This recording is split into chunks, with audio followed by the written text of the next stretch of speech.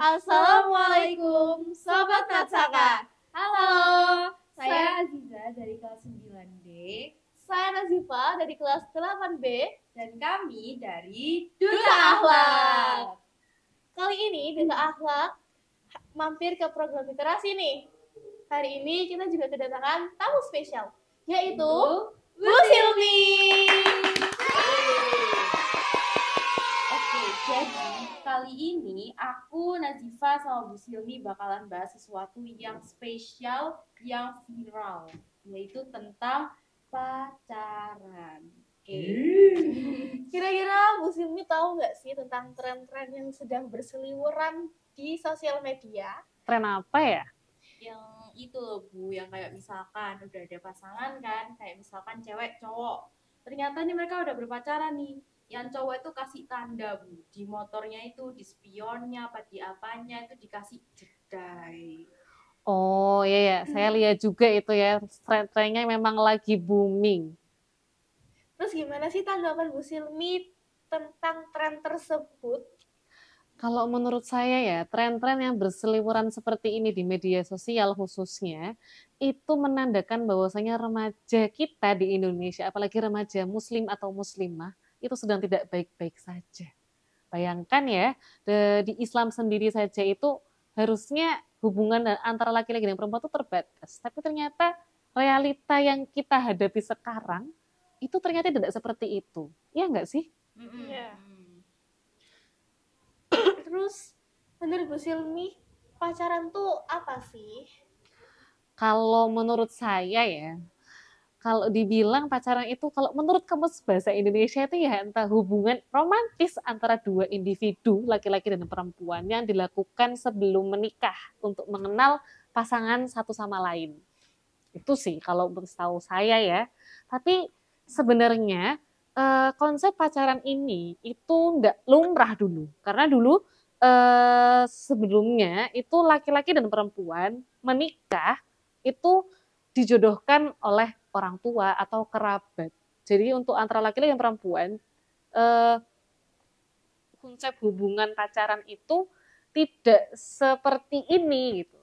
Jadi kalau zaman dulu kebanyakan tuh hanya menikah untuk kepentingan politik atau mungkin untuk warisan harta dan lain-lainnya. Jadi kalau dibilang kalau di timur sendiri khususnya di Indonesia, tradisi pacaran itu mengadopsi dari barat, gaya hidupnya orang-orang di barat. Nah, sekarang kalau misalkan pacaran itu menurut pandangan Islam tuh kayak gimana sih? Oh, kalau menurut pandangan Islam ya sudah jelas tidak boleh, haram hukumnya. Itu sudah diatur ya dalam surat Al-Isra ayat 32. Wala taqrabuz zina innahu kana fahisyatan wa sa'a sabila. Janganlah kamu sekali-kali mendekati zina. Bahwasanya zina itu adalah sesuatu perbuatan yang keji dan dia adalah seburuk-buruknya jalan. Nah, itu sudah jelas dalam Al-Quran, ya, surat Al-Isra ayat 32. Kalau mendekati saja tidak boleh, apalagi melakukan. Toh zina kan banyak sekali macamnya. Zina mata, zina lisan, zina tangan, zina hati. Itu sudah sedangkan dengan orang berpacaran. Yang sering terjadi ya, pasti tidak hanya ngobrol aja kan. Ya. Nah, mohon maaf pasti ada sentuhan dan lain-lainnya dan itu sudah sangat-sangat mendekati zina. Terus kan biasanya tuh banyak gitu kan orang-orang yang bilang, tapi kan aku pacaran ini pacaran sehat gitu. Iya Bu, jadi Kayak nggak pegangan, tapi tiap malam tuh ngingetin tahajud gitu. iya Bu, jadi nanti dia kadang ceweknya itu bakalan melakukan apa yang disuruh sama pacarnya. Tapi kalau disuruh sama orang tuanya justru dia nggak mau Bu.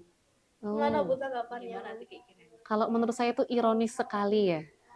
Kita itu hidup itu untuk ibadah. Buat apa sih manusia itu hidup? Liyakuna khalifah, untuk menjadi khalifah. Khalifah itu kalau diartikan dalam bahasa Indonesia itu bisa badil, pengganti. Jadi kita tuh difungsikan di dunia ini untuk berdakwah. Nah, sedangkan begini, kalau orang pacaran, memang niatannya, aku pacaran tuh karena ini loh, pacarku ingetin aku sholat tahajud, ngingetin aku apalah, harus belajar lah, bla bla bla. Itu menurut saya omong kosong. Itu hanyalah akal-akalan setan untuk menjerumuskan kita kepada suatu perbuatan yang tidak baik. Dan sedangkan gini, iman manusia, ya imannya seorang manusia, itu the highest levelnya, tingkat tertingginya itu adalah cinta. Kalau kamu mencintai seseorang, itu pasti kan tidak mau mengecewakan si orangnya tadi kan. Sama seperti kamu mencintai orang tuamu, saudaramu, pasti kamu tidak akan membuat mereka kecewa. Because you love them, kamu tuh mencintai mereka. Maka kamu tidak akan melakukan sesuatu hal, perbuatan apapun itu akan mengecewakan mereka. Nah, sedangkan seperti ini, kalau misalkan kita niat ibadah, itu bukan karena Allah, nah terus itu bagaimana? Sedangkan niat kita saja itu sudah diukur, ada jazanya, ada ganjarannya.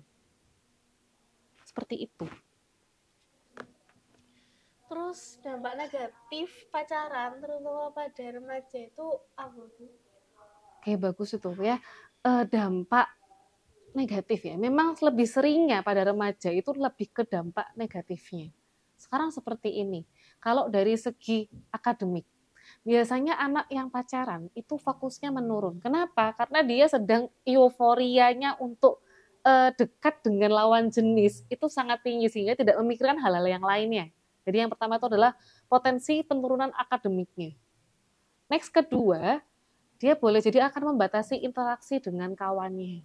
Misalkan lagi berantem sama cowoknya, kadang dia nggak berani cerita sama temennya. Kenapa? Karena nanti dianggapnya, oh nggak keren nih pacarannya tapi kok berantem terus gitu. Maksudnya dia malah sungkan mau cerita. Nanti ketika dia ada masalah, dia malah nggak mau cerita. Karena apa? Oh merasa bahwasanya pusat dunianya adalah si pacarnya tadi itu. Next ya, berikutnya adalah potensi kekerasan. Sudah banyak kasus-kasus yang dialami oleh remaja, khususnya lebih banyak ya kasusnya terhadap remaja putri yang mengalami kekerasan dari kekasihnya atau dari pacarnya.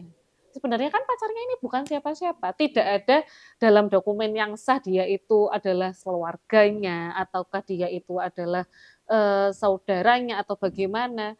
Itu hanya hubungannya diucapkan secara lisan, ya kan? Mau jadian enggak, itu secara lisan kan, nanti putus, sudah putus gitu aja kan. Nah, itu kerugiannya di situ. Lebih banyak sering dirugikan itu perempuan. Seringnya seperti itu. Banyak kejadian ini ya, ada yang anak pejabat itu yang pacarnya diseret atau mungkin pernah ini yang pernah dijadikan film, tahu film apa Vina ya kalau nggak salah ya.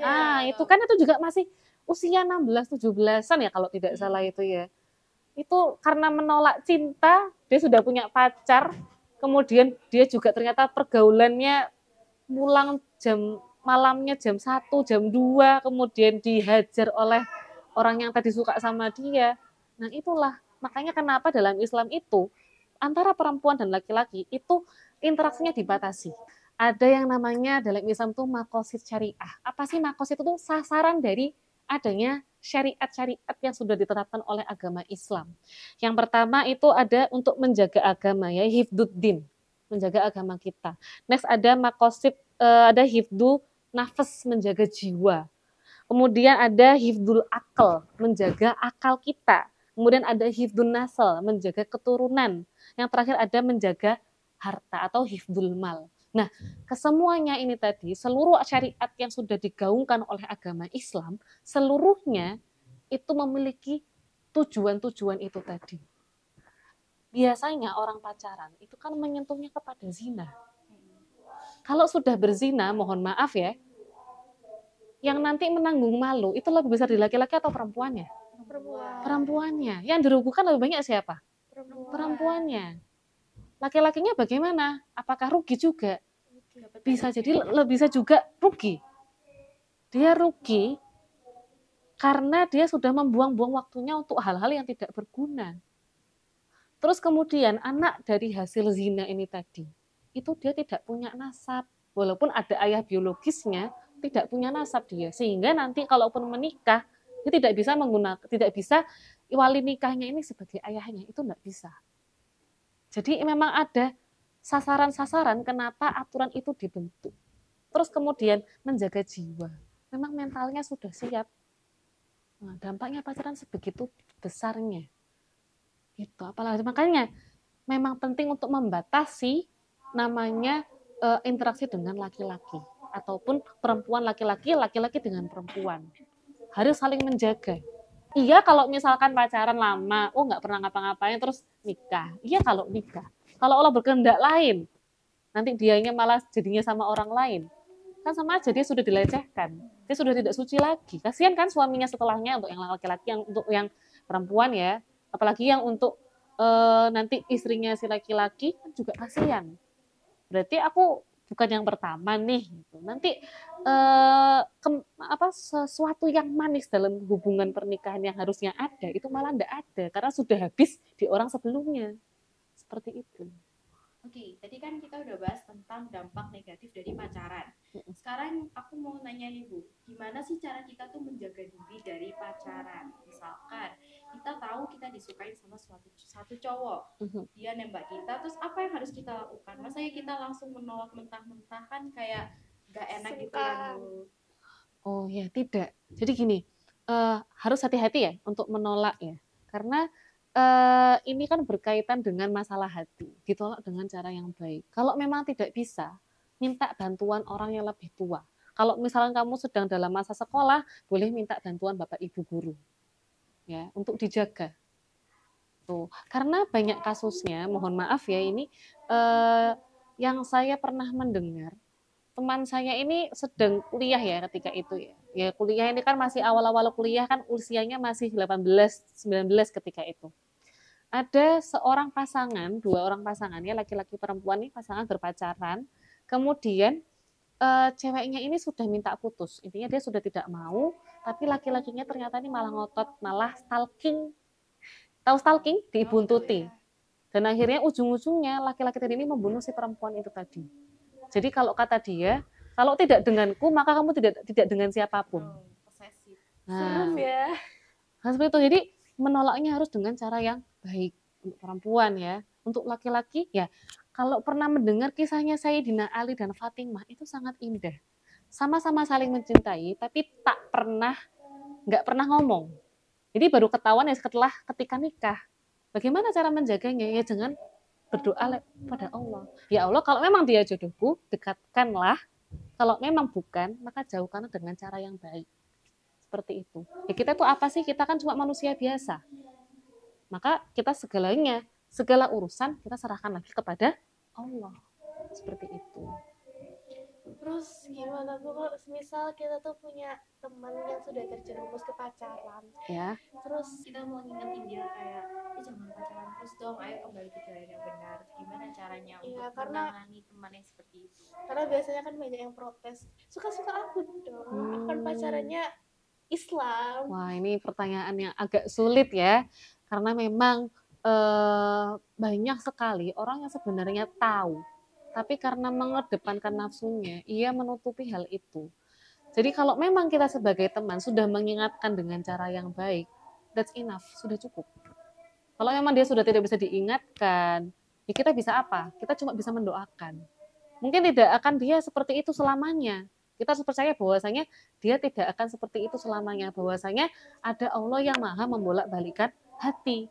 Ya, maka dari itu kita cuma bisa mendoakan kalau sudah diingatkan. Diingatkan berkali-kali tidak bisa. Oh ya sudah, karena banyak pepatah mengatakan bahwasanya orang yang paling sulit dinasihati itu adalah orang yang sedang jatuh cinta. Makanya kalau sudah diingatkan dengan cara yang baik, kamu lupa ya kalau dalam agama kita itu tidak boleh berpacaran, berinteraksi dengan laki-laki. Kamu sadar enggak itu? Kamu sadar enggak akibatnya apa? Ditanya seperti itu. Mungkin dia sadar. Mungkin dia hanya ingin merasakan saja. Kenapa sih gitu? Seperti apa sih rasanya pacaran? Diingatkan dulu. Kalau yang diingatkan sudah tidak bisa, ya sudah. Kita hanya bisa mendoakan. Kalau kita melihat suatu kemungkaran, yang pertama kita lakukan adalah mencegahnya dengan tangan kita sendiri. Kalau tidak mampu, ya menggunakan lisan kita diingatkan. Next ketiga, kalau memang tidak bisa lagi, ya kita mendoakan saja dalam hati. Dan itu adalah selama-lamanya iman kita. Begitu. Oke guys, setelah kita mendengarkan nasihat-nasihat dari Bu Silmi, kita bisa menyimpulkan ya bahwa sangat jelas bahwa pacaran itu apa, Zip? Haram! Oke, jadi jangan sampai kalian berpacaran ya. Secinta-cintanya kalian sama seseorang lebih baik menggunakan jalur langit. Benar nggak? Siap, benar sekali. Oke, teman-teman, sekian kayaknya dari podcast Matsaka hari ini. Semoga kita bisa ketemu lagi di segmen podcast bersama Duta Akhlak selanjutnya. Wassalamualaikum warahmatullahi wabarakatuh. Bye-bye. Bye.